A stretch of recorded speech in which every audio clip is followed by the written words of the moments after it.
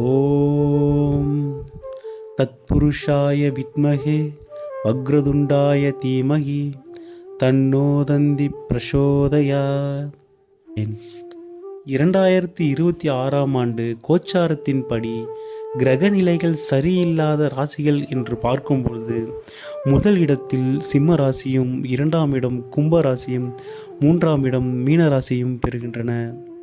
சிம்மம், கும்பம், மீனம் ஆகிய 3 ராசிகளுக்கு இந்த வருடம் கோச்சார நிலை சரியில்லாமல் உள்ளது. ஒவ்வொரு ராசியாக பரிகாரத்தை தற்பொழுது பார்ப்போம். சிம்ம ராசி நேயர்களே, உங்கள் ராசியில் ஜென்ம கேதுவாக கேது பகவானும், 7ஆம் இடத்தில் ராகு பகவானும், 8ஆம் இடமான அஷ்டமஸ்தானத்தில் சனி பகவானும் தற்பொழுது சஞ்சாரம் செய்து கொண்டிருக்கின்றனர். இந்த பாவ கிரகங்கள் கொடுக்கும் தீமைகளிலிருந்து இதுநாள் வரை 11ஆம் இடத்தில் உள்ள குரு பகவான் உங்களை காத்து கொண்டிருக்கிறார்.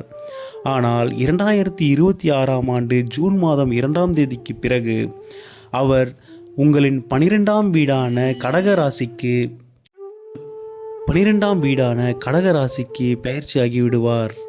அவர் அங்கிருந்து தனது 9ஆம் பார்வையால் அஷ்டமத்தில் உள்ள சனி பகவானை பார்த்து சனி பகவானால் ஏற்படும் தீமைகள் அவர் குறைத்தாலும் 12ஆம் இடத்தில் குரு பகவான் மறைவது அவ்வளவு நல்லதல்ல.